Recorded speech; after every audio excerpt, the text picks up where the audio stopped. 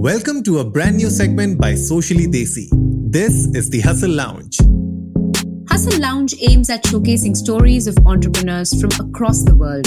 The idea is to bring narratives that speak of real hustles that every founder has to go through to start and also run one's business.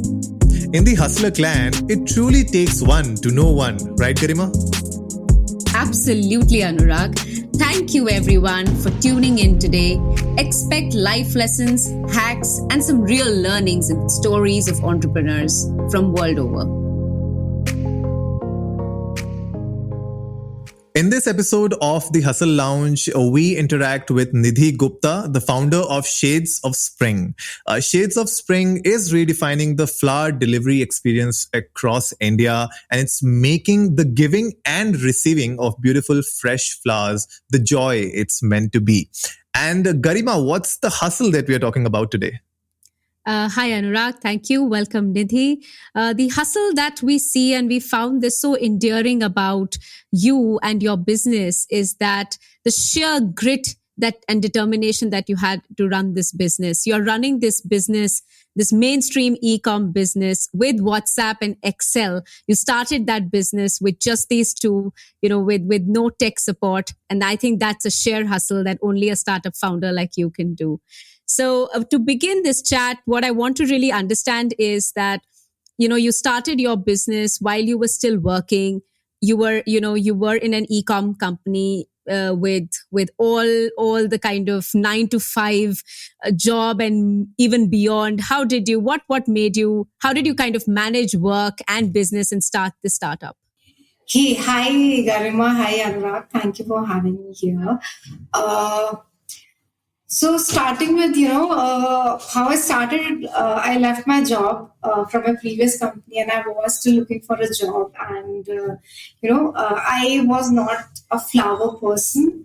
But once I got married, I had a need of getting flowers. And before that, I did a trip to Europe and I was like, these are the kind of flowers I need in my house. And that is when I started before taking up another job. It's very easy to get off the track once you start working with, two responsibilities at the same time. What made me do it is purely the customers which I was, serving to, the kind of feedback I used to get from them. Week after week, before even getting the subscription over, they used to come back to me and say, they want to resubscribe for next 3 months or next 6 months. And that kept me going, and kind of feedback, people used to write to me that, this is what I was looking for always. And like, we are so glad you have started this flower delivery. I always wanted it. And these are the kind of things which made me feel that I'm going in the right direction, because it was a new concept in India. And it was not something which was already experimented, or, there was someone who has already done it and, okay, in the Indian market will work. So yeah, like purely like, the customers used to be so good that we always wanted to, okay, I have to give them and I have to serve them. So it was like, Wonderful. And Nidhi, like generally what happens with a e-commerce business is that founders, they start off with an app or a website, right? Because that's what glamorizes the whole industry of e-commerce, because you want to have a very sexy app. You want your customers to have that UX experience, the top of the line. So people generally start off with that. But I think, you took a different route, right? Like Garima said in the start, you started with WhatsApp and Excel, right? So what was that key decision maker here that made you to start this business with just these two things?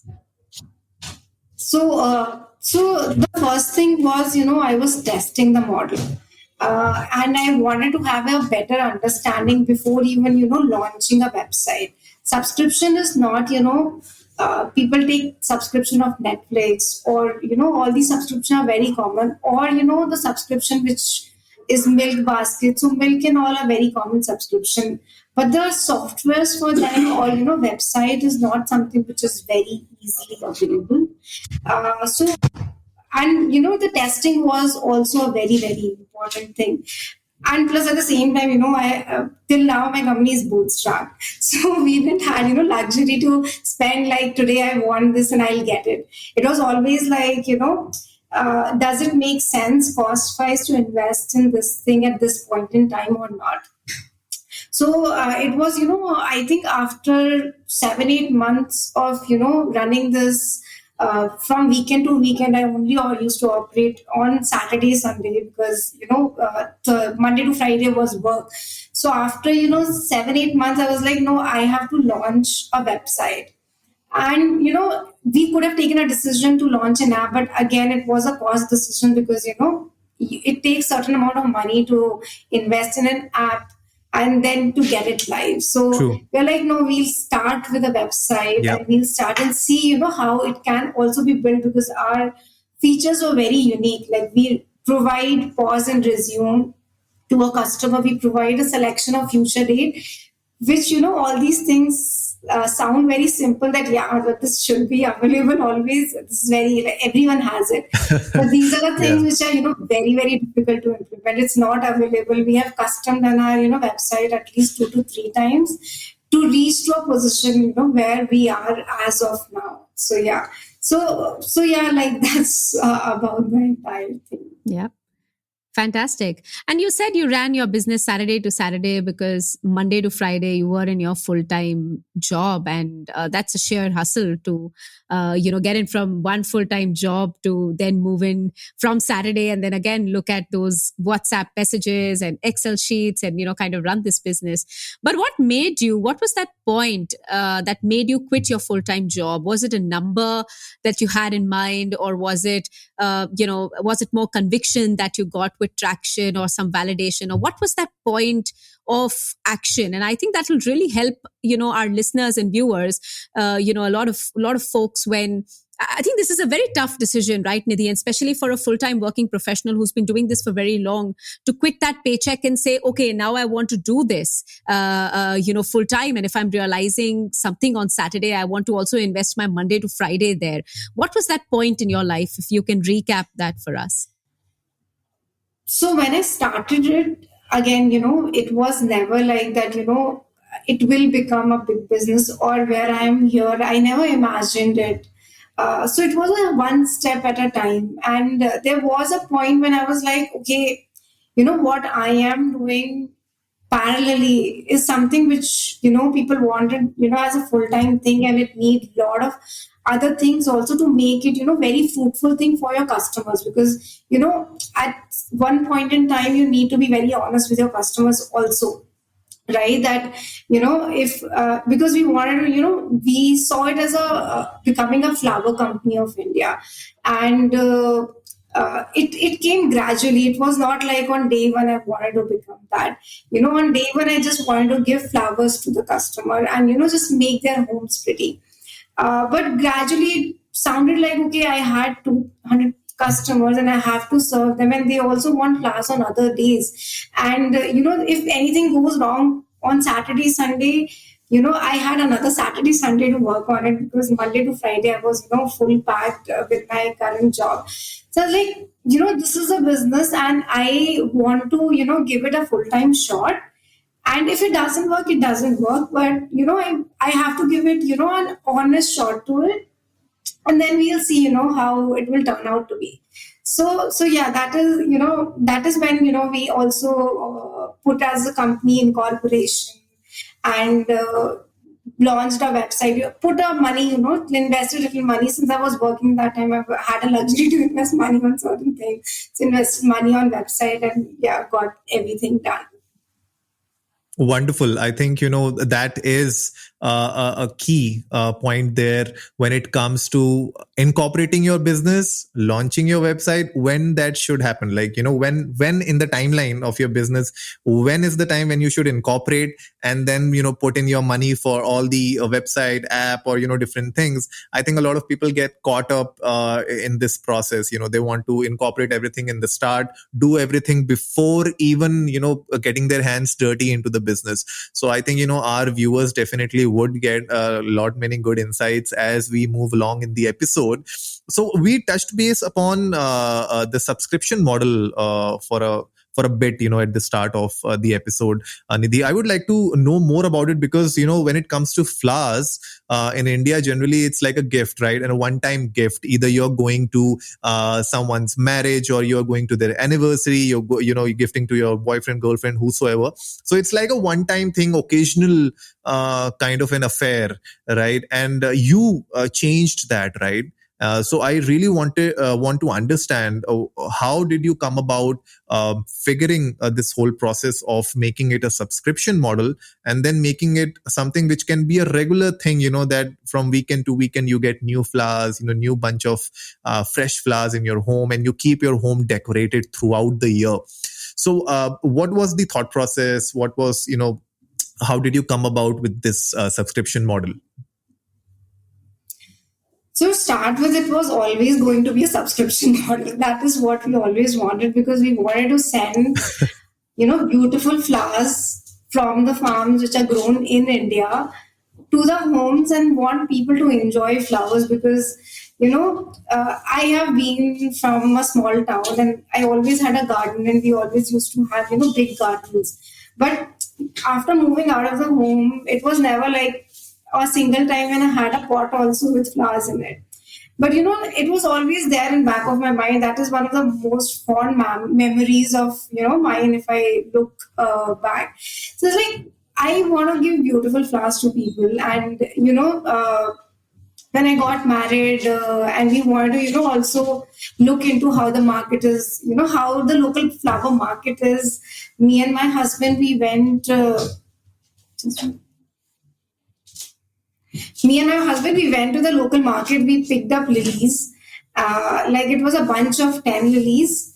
We got it to our home, and when it bloomed and the fragrance which it gave at that point, I can still have that fragrance. I was like, this is this I can keep at all point in time in my house, and it gives us so much joy. And everyone who is coming in, I remember my parents were there at that time, and they were also like, wow, like where are you getting these kind of flowers? And it was always a happy feeling whenever you enter the living room. And that is what, we wanted to give.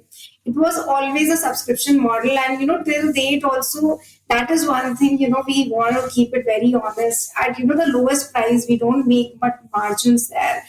Because we want to deliver flowers, we want people to love flowers and understand flowers. Because in India, when we started, and I personally knew only rose and orchid, and lily also I knew by name but not how it looked like. So now, like when I see my customer, they come back to me and they tell me, sweet William, may this time it is not that great, the earlier one was good, or this time it is this, it's amazing, what is this flower? And we send individual flowers time with name written on them, so they also understand, okay, this is this flower and the vast life. It has changed a lot, like since we started till now. So yeah, so it is always going to be subscription first company. That's what we want to be. But when it comes to somebody who wants to start a business, right, especially an e-commerce business, when and why should they get into subscriptions? Because like for you, it was always a subscription model that you had in mind, but for a lot of people that may not be the case. So what would be your advice to entrepreneurs who are looking for an e-commerce business or maybe thinking about it and they're stuck whether they should do a subscription model or do like a one time buy thing? So what would you recommend, and why and when should they start? So it's about working a lot on your product, what you are offering, and is that offering making sense to your customer to buy on a regular basis also, and how regular they want to buy. Ours is a weekly thing. When we started, people said, why don't you give flowers daily? Like it's not required, it stays fresh for a week, and you need it post 1 week only. And then, but different customers had different needs, right? So So it was we have worked on a product from scratch. We made sure like we're giving the excellent product which is there, which people don't have. Second, what is that hidden need which customer has? There is in a food industry, we are also experimenting with, not experimenting but thinking that when I go home and I want to cook meal, I don't have time. But if I have, everything cut in with all the ingredients, I would love to make my own food. So identifying those needs are very important for any business, and not all business can go into a subscription model, right? People would also want to buy it at certain frequency. Some businesses doesn't make at all sense to go into subscription, like clothing business. But clothing also, specifically if you have t-shirts or any other clothing, if there's another side, then you can get into. So it's all about your product and how you are solving a specific need with that product. And you don't have to solve the need for each and every customer which exists. You have to solve the need for customer. There has to be enough people who want that product, but you can't solve it for everyone that's there. So you create the variations, and you play around that. So I'll give you an example. Like a lot of our customers, like we have still not started, but they ask us to, they have a lot of pets in their house, or someone is not allergic. So, we have to start a pet friendly option, but we are still, in the product stage only. And we have not, and it's been like our business is now, more than 2 years old. We are still, have not launched because we know we are not there, because it need to be right when you have to launch. And we know there's a market, it's a sizable amount of market, but launching is not the only thing. You need to work on the product a lot. Yeah. Yeah. No, makes sense, and very, very well said in terms of identifying the need, the real need, and the hidden need of the customer. And I think everybody here is just trying to get to that, right? What really? So since you are looking at these flowers which are coming directly from local farms, how difficult is that barrier to deal with, to source it locally. I'm sure you have a model which is making sure that they are far more profitable in sort of dealing with you vis-a-vis whatever else they are trying to do. How difficult is it? Is local issues like delivery or language a barrier for you? And if it was, how are you overcoming that? So yeah, so I started Shades of Spring, post 3 months from moving to Bangalore.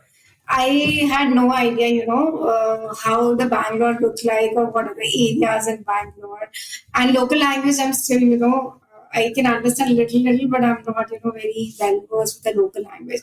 So initially, it was lot of struggle, because a lot of farmers who come around from around Bangalore, they only used to speak local language. So it was one step at a time.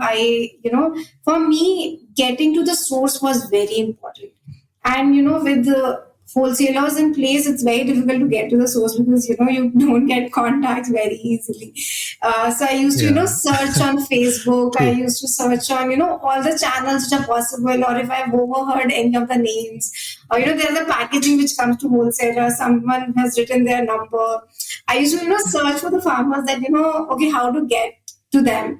But then once I've gotten to the farmer network, there the language is not a problem, but the trust was something which needed to be built, and it has gone.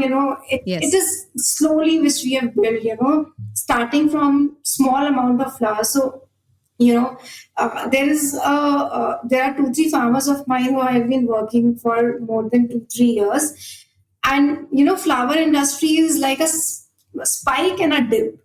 Soon a spike, you get very good price and all that, from the farmer point of view, I'm saying. But when it's a dip, you're either it's you give it at a loss price, or you throw the crop, because transportation is much expensive than the cost of your flour. So we have made sure that each and every week we are picking some amount of flowers from these farmers, and quantum has increased from what I was picking when I started. It's at least 20 times more now, and we are picking from them on a weekly basis. Fabulous. So that trust is built in now. Earlier it was like, first you give money, then only we'll ship it. It started from there, and now it is like, okay, our money is safe with you. So that level of thing which is, come into place. And it's a gradual thing, I think, for any business you need to. And that is why, the sourcing is something which is very core of our business.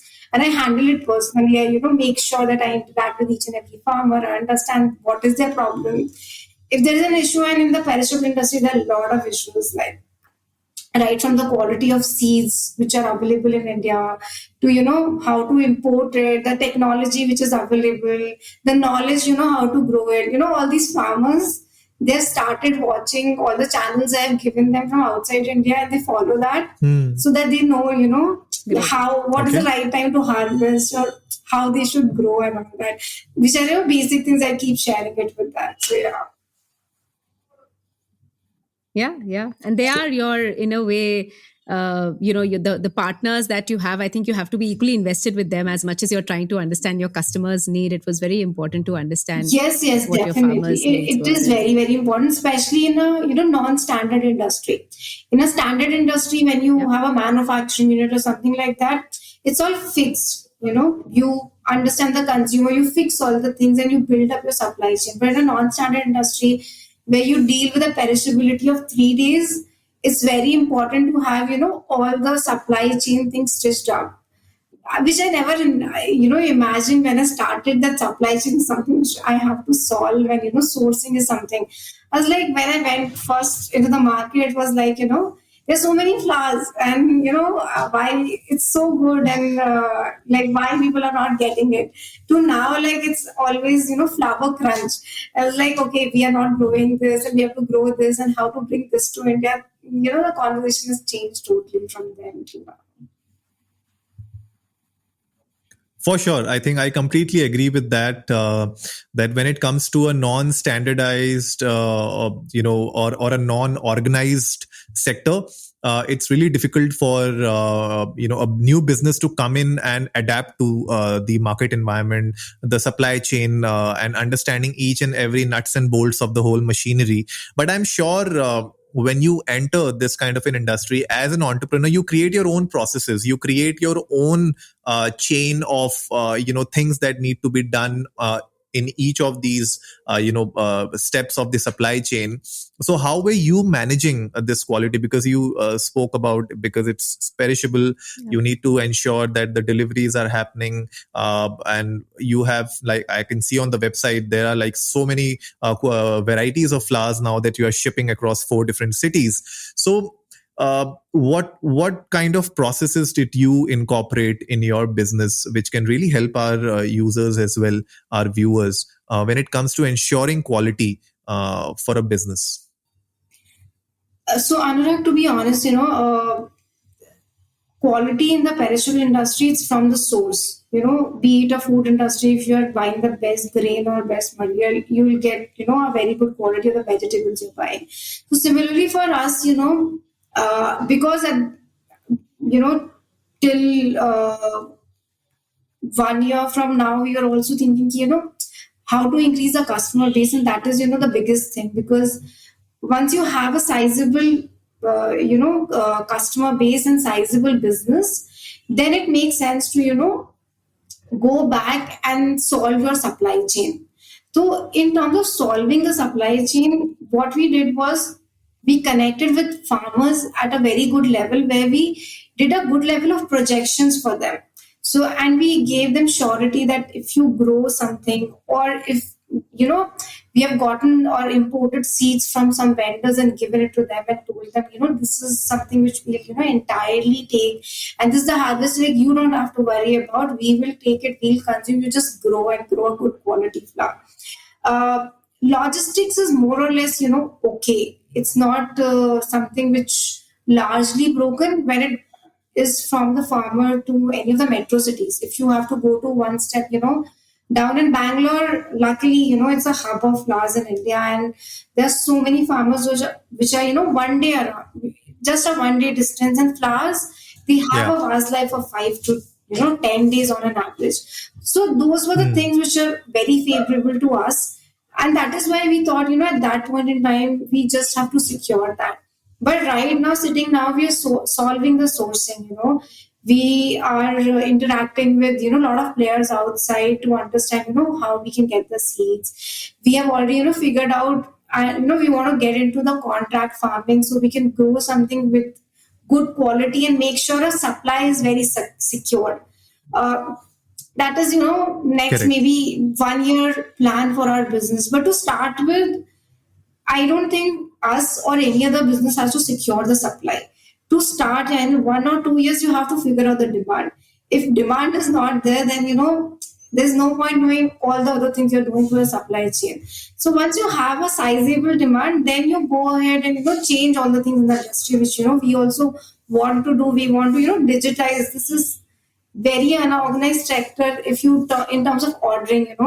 I for an example, if I have let's say 1 acre of farm, only my wholesaler knows that I have the production. There is no one else in India knows that this Yeah. farmer has a production, right? And so I am just dependent on my wholesaler to sell my entire produce. So there is no technology, nothing which has been there in the industry. So those are things to solve, but you solve something when you yourself has a sizable business to solve it for. So yeah. No, that's great. I think, small things, I think each step requires your attention and a different kind of, steps or processes in order to make sure that the whole system is running fluently. And yes, solving a lot of issues at the source itself makes sense, because at the end of the day, in this whole supply chain, there's no case of keeping inventories, because it doesn't really help in any case. So I think great conversation, great discussions, Nidhi. And guys, if you are watching us or listening to us, please make sure you go check out shadesofspring.in. And they are delivering right now in 4 cities, which are Bangalore, Bombay, Hyderabad, and Chennai. Any plans to open up new stores in Delhi? Come to Delhi as well. Yes, we want to first stabilize all the things. We still don't have same day delivery and next day delivery in all these cities. So we want to, have that going and the ball rolling. Because once we know, how to do it, then it would be very easy to replicate in all the other cities. Yeah. Wonderful, wonderful. Garima, any closing thoughts? I think this has been a fantastic chat, Nidhi. The amount of time you have spent, on both ends, I would say, of the business to understand sourcing and spend time with your farmers. And you've spent equal amounts of time with your customers, and very, very endearing to see the kind of feedback you have taken from customers and grown your business with that feedback. So we wish you very, very well. Your hustle of starting a business, without any hesitation, of going to a new city. So many people would give up starting a business. Anurag and I were just talking. People move to new cities and they always end up thinking that, oh my God, if I had the comfort of my previous city where I was living for 10 years, it would have been so much easier.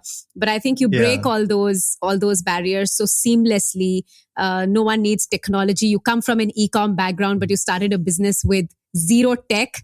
That is fantastic. So congratulations on that. And I'm a proud customer of Shades of Spring. So please go and subscribe. That's a great business that Nidhi is running. And we both wish you well. Thank you so much for this chat today. What an amazing session today. So guys, if you're waiting for that perfect tech to launch your product, don't. There's nothing bigger than understanding customers and validating the need for the product. Absolutely, Anurag. Great session today, I agree. Thanks everyone for tuning in today.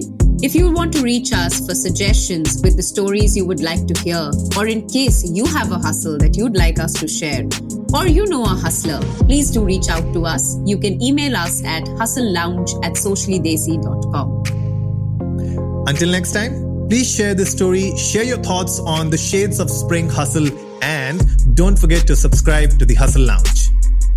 See you next Tuesday. Keep hustling.